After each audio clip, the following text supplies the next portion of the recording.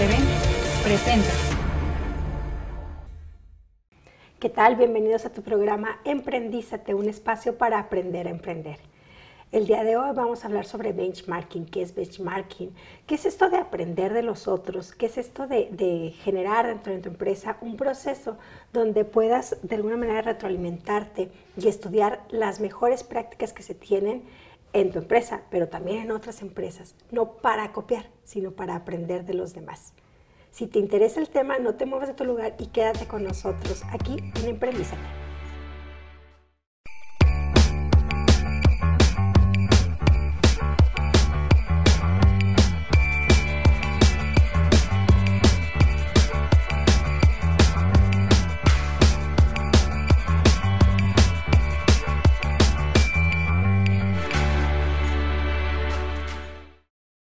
Nos acompaña el programa del día de hoy, nos acompaña la doctora Gabriela Velasco. Muchísimas gracias por estar con nosotros. Gabriela Velasco es docente de aquí de la UACJ, imparte materias como mercadotecnia, investigación de mercados y dirección estratégica. Yo le valoro mucho su tiempo para estar aquí con nosotros. No, muchísimas gracias y bueno, un placer hablar sobre estas reflexiones del benchmarking. Gracias, bienvenida. Del otro lado, en la parte empresarial, tenemos a Carlos Cortés, Carlos Cortés es director comercial de la empresa Rex Soluciones. Esta empresa es una empresa que se encarga del marketing y la comunicación y bueno, de marcarle las pautas a las empresas para que puedan crecer, ¿no? Así es, buenos días a todos, hola. Muchas gracias por la invitación, aquí estamos a sus órdenes. Al revés, es un placer tenerlos aquí. Muchas gracias. Ahora vamos a hablar de este tema que la verdad, si les soy sincera, causa mucha confusión y en algún momento causó mucha polémica. ¿Qué les parece si lo establecemos de lo más sencillo? ¿Qué es el benchmarking?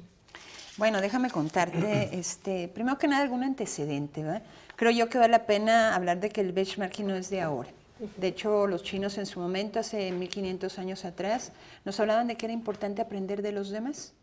Por otro lado, tenemos pues toda una situación en Estados Unidos donde se genera todo un modelo de aprender del otro. Esto estamos hablando de los años 60 o 70 y no hay que dejar a un lado también el antecedente en 1979 por parte de la compañía Xerox Corporation, que es una de las promotoras del benchmarking. Pero déjame regresar nuevamente a tu pregunta. Creo yo que el benchmarking tiene que verse desde su palabra misma, benchmarking. Entonces, podemos asociarlo con marca o con punto de referencia. De tal manera que esto permita establecer algunas pautas para determinar la función, la actividad, el proceso o producto que vas a estudiar. Se estudia algo en específico. Ya sea un proceso, un sistema o un producto pudiera ser, ¿no? Pudiera ser. En las generalidades podemos hablar del proceso de trabajo. Okay. ¿Por qué se da eso? Porque veamos de antesala que benchmarking es un instrumento de mejora.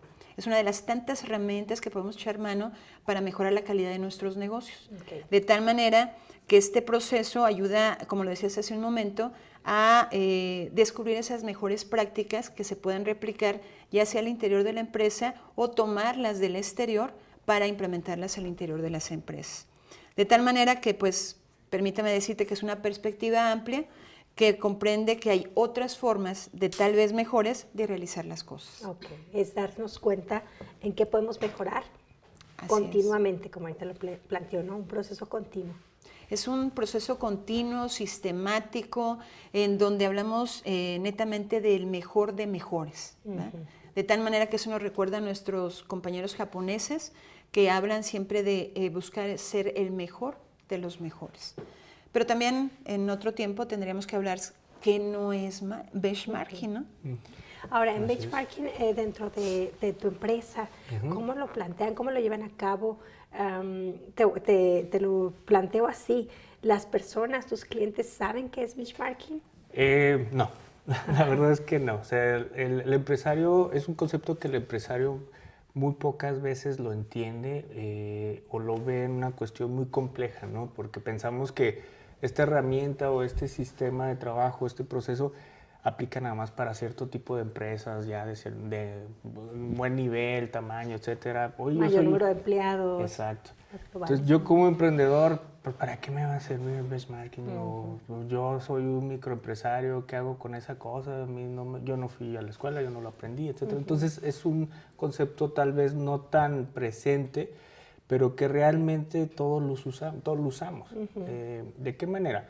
Yo no puedo negar o deslindar el concepto de benchmarking sin el término de innovación, por una razón muy sencilla.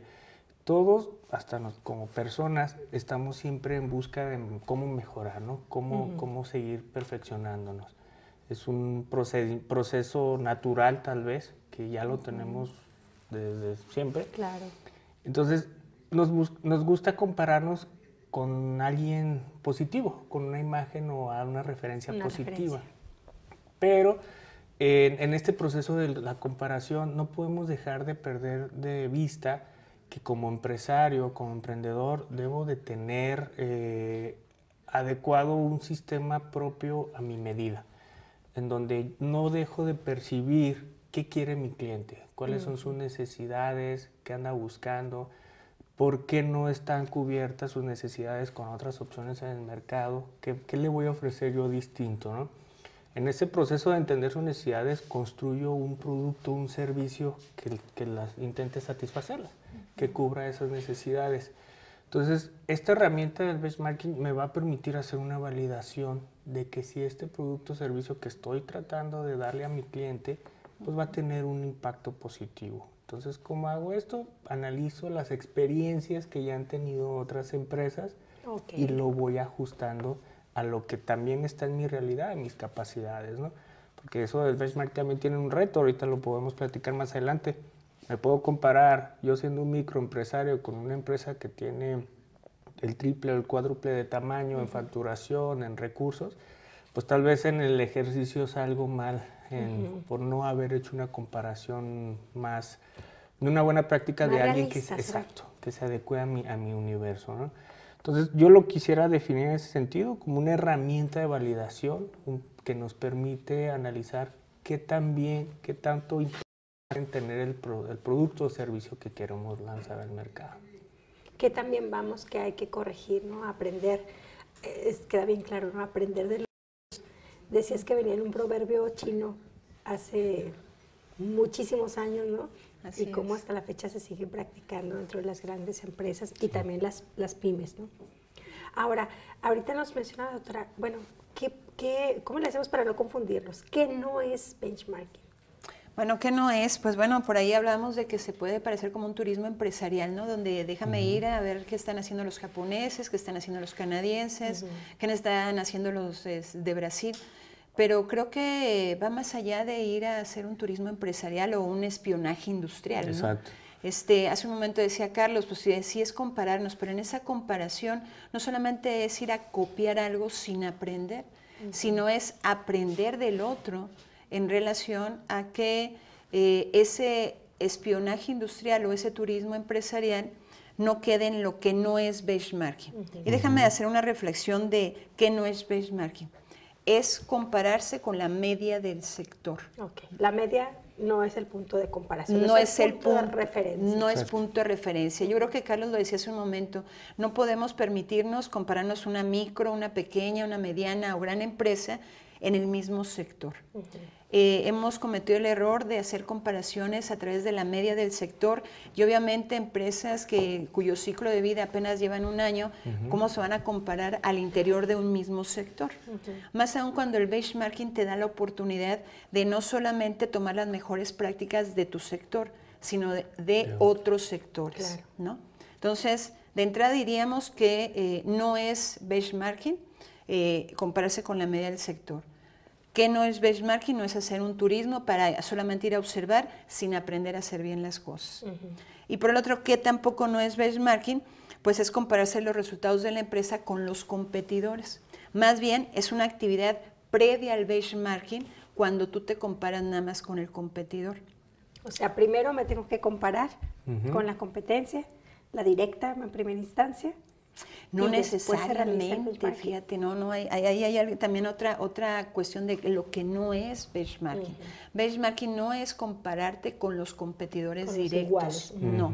Más bien es buscar lo que decíamos hace un momento, ver cuáles son las tendencias de vanguardia que no necesariamente pueden estar en un competidor directo. Claro. Recordemos que hace un Sería momento, limitarse, Carlos, entonces. limitarse, correcto. Entonces, tienes la gran oportunidad, como decía hace un momento, Carlos, de que yo puedo mejorar mis procesos a través, sí, de compararme, no únicamente con los competidores directos, sino más bien prestar atención a lo mejor de los mejores. Exacto. Si esto está dentro de otro sector, yo voy a ver ese proceso y lo aprendo. Y se contextualiza ese proceso, ¿no? O sea, Se documenta. Si no es el mismo proceso que yo llevo, obviamente porque no somos competencia directa, regreso a aprender de él. En la retroalimentación lo contextualizo. Así es, y de hecho se puede pedir permiso para que te permitan hacer esa transferencia de tecnología y poderla implementar en tu propia empresa. Esa es la parte donde también quisiera preguntarles, Sí. ¿cómo se hace para que no se llegue a confundir con piratería o el espionaje que decía ahorita la doctora? ¿Se piden permisos? ¿Qué se hace? Sí, hay un marco legal que puede apoyar en todo eso, pero yo, por ejemplo, dentro de nuestra experiencia con nuestros clientes, antes de iniciar un proceso de benchmarking, les hacemos el reto de cuestionarse qué tanto conocen las necesidades de su cliente, ¿no? Lo que mencionábamos hace un momento. La reflexión primero es interna. Interna. No te puedes meter a compararte buenas prácticas de un empresario o una empresa distinta a la tuya porque tal vez no es el mismo mercado, ¿no? Es un cliente distinto. Entonces, ahí podemos tener un ejercicio sesgado y poco productivo para nosotros. ¿Qué sí es importante? Dar un primer paso. Ya entiendo, conozco las necesidades de mi cliente, hasta qué nivel me he puesto en sus zapatos. En temas de mercadotecnia está muy de moda el concepto qué tan empático soy con ellos, ¿no? Entonces, ya en función a eso, desarrollo un producto que satisface esas necesidades y en ese momento me voy a dar cuenta que mi producto es único. El producto tiene diferenciadores y ahí sí, en mi opinión, ya la recomendación es, ya tienes una propuesta de solución a esas necesidades de tu cliente, analiza qué tan buena es la práctica, qué tan bueno es tu producto en función a lo que ya pueda existir en el mercado, ¿no? Como una referencia. De lo contrario, yo creo que sí estaríamos directamente en términos de copiar, así un copy-paste, como a veces decimos en la escuela, pero no tratando de el resultado sea correcto. ¿Le podemos pedir permiso a alguien que nos haga para hacer una referencia de benchmarking? Sí, de hecho lo tendríamos que hacer, es lo más conveniente. Me permites una entrevista, vamos a un focus group, un análisis, cosas de ese tipo de herramientas, ¿no? Que nos permita... Está enterado de... Sí, es lo ideal, es lo ideal. Ok. Sí, porque bueno, luego entra como que la parte donde decimos, es malo esto, estamos haciendo trampa, no se está haciendo trampa, pero es una práctica totalmente profesional y totalmente positiva para la empresa, ¿no? Así es. Vamos a dejar el tema aquí sobre la mesa para continuarlo ahorita porque es un tema muy interesante y sobre todo es un tema que va a ser muy útil para los televidentes. No te muevas de tu lugar, estás en Emprendízate, un espacio para aprender a emprender.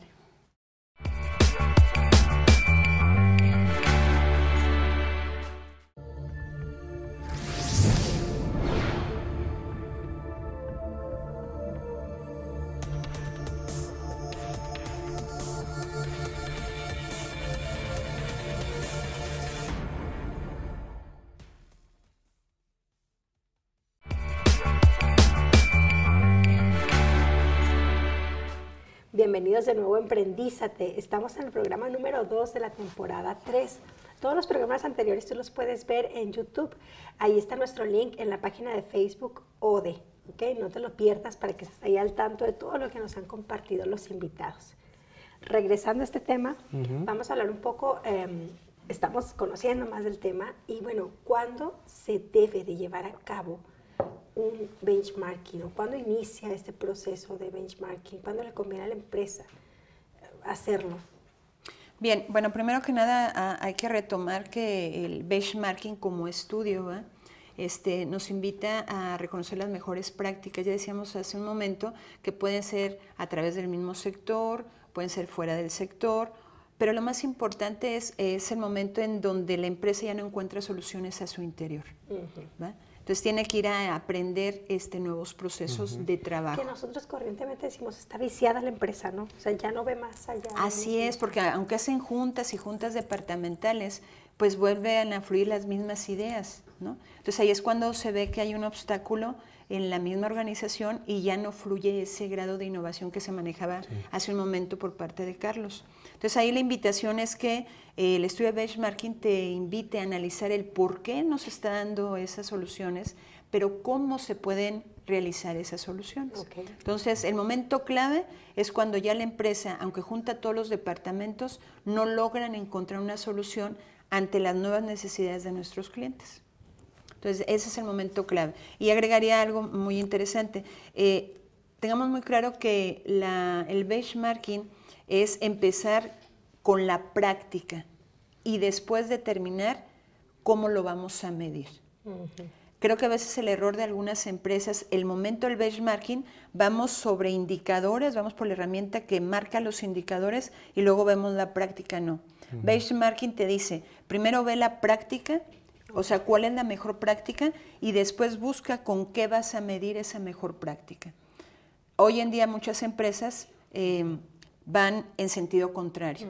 Primero le ponen indicadores a su empresa sin ver cuáles son sus mejores prácticas propias o las de otros que van a copiar.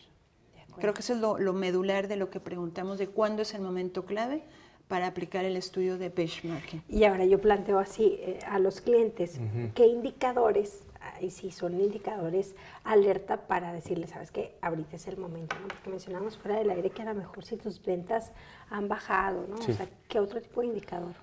Existen esos tipos de indicadores comerciales, puedes analizar qué tanto has perdido presencia en el mercado, cuánto han disminuido tus ventas, cómo han aumentado el número de quejas de tus clientes, aspectos así, ¿no? O sea, esos son pulsos que te van diciendo, aguas, algo está fallando ya en tu proceso o en el sistema de trabajo que estás operando, exactamente. Yo coincido totalmente con la doctora. Los programas de mejora continua técnicamente no tienen principio ni fin. Hay ciclos en los cuales es importante hacer cortes para decir, esta nueva planeación estratégica partió de aquí y tiene este alcance, vamos a generar estas actividades, estos objetivos y lo vamos a medir con este tipo de indicadores. Realmente, respondiendo a la pregunta, ¿cuándo es el mejor momento? ¿Cuándo es el momento oportuno de empezar a hacer este tipo de reacciones? Podríamos usar ciertos conceptos como cuando se pretende una reingeniería, cuando se pretende alargar el ciclo de vida de un producto. Que debería ser siempre. Exacto. O sea, entonces realmente dices, pues ¿cuándo es el mejor momento? Siempre puede ser el mejor momento. Por eso volvemos al punto de la definición, ¿no? Es mejora continua, o sea, debe de estar presente en todo momento.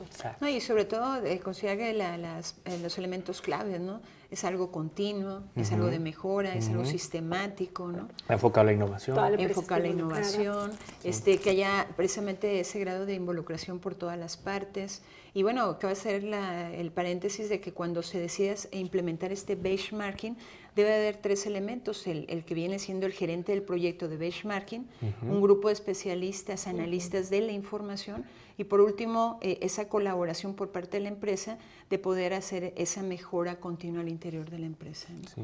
Porque los equipos de trabajo en el benchmarking son claves, ¿no? O sea, el líder de trabajo, el grupo, lo que ahorita mencionan. Sobre todo porque es una técnica colectiva, no es una técnica individual. Recordemos que al inicio de esta charla hablábamos de que es aprender de los otros, no del otro, de los otros. Por eso muchas veces creo yo que se confunde porque pensamos que es va de viaje uno de los del trabajo y regresa y nos capacita, ¿no? Así es. ¿No? Y nos capacita de forma breve y pues sus ojos a lo mejor no ven lo mismo que debería haber visto todo el departamento, ¿no? Sí. Correcto, aquí por eso hablamos de que en un momento dado no nada más es el por qué, no nada más es el qué, sino el cómo. O sea, te mandamos a capacitarte a Japón, nos traes las nuevas mejoras continuas, pero debe haber esa posibilidad de implementarla en el grupo de trabajo, ¿no? Sí, definitivamente. En ciertas experiencias que hemos tenido con clientes, cuando tratamos de hacer estrategias comerciales o una planeación estratégica, parte de tener esa lluvia de ideas, ese involucramiento entre todas las personas para generar el plan de acción, las actividades o lo que se quiere reinventar, reestructurar. Pero si no pones un campeón, un responsable que lleve a cabo la batuta de este programa y analice las mejores prácticas y cuando las conozca se asegure que se adapten a la empresa, se va a perder. El empresario, te estoy hablando todavía en categoría entre pequeña empresa, micro y pequeña empresa, carece de los recursos para hacer esto, ¿no? Carece de los conocimientos y también carece muchas veces del equipo. El micro, obviamente, por razones de capacidad organizativa, organizacional. El pequeño, a pesar de que ya puede tener responsables o equipos de trabajo, se pierde mucho en la operación. Entonces, el benchmarking nos tiene que hacer una pauta en tu operación de todos los días, porque decía Peter Drucker, el 90% del tiempo de las empresas los ocupamos en cosas que no sabemos para qué lo estamos haciendo. Entonces, hacer esa pausa, hacer reflexión de saber hacia dónde vamos, pero apoyarte de un equipo de trabajo. Y bueno, yo sé que ustedes son expertos del tema, pero es difícil, ¿no? Que las empresas pongan un momento de pausa para darse cuenta, ¿no? Muy difícil. No sé si, no creo que sea así, no es así suspender procesos, ¿verdad? Lamentablemente cuando lo hacen, le llamamos sesgo operativo. Cuando se dan cuenta que están viciados en un sesgo operativo es cuando los indicadores ya están alarmantes, ¿no? Y a veces es muy tarde, pero a veces también es muy a tiempo hacer replanteamientos.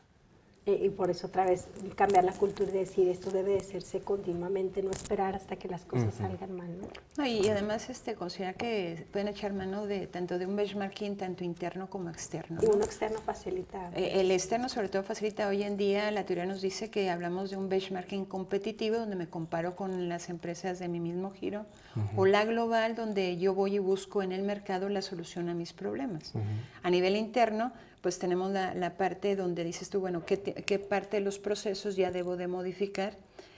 Sin embargo, lo más importante, ya sea interno o externo, es que uses el conocimiento de manera colaborativa. De acuerdo. Porque de otra manera yo puedo tener la mejor práctica y Carlos puede tener la mejor práctica, pero si no la intercambiamos, no se va a producir realmente ese aprender del otro. Y si se impone, tampoco funciona. Definitivamente, y sobre todo creo que hay que primero diagnosticar a la empresa, ¿no? Eso me invita también a platicar sobre cuáles son las etapas del benchmarking, ¿no?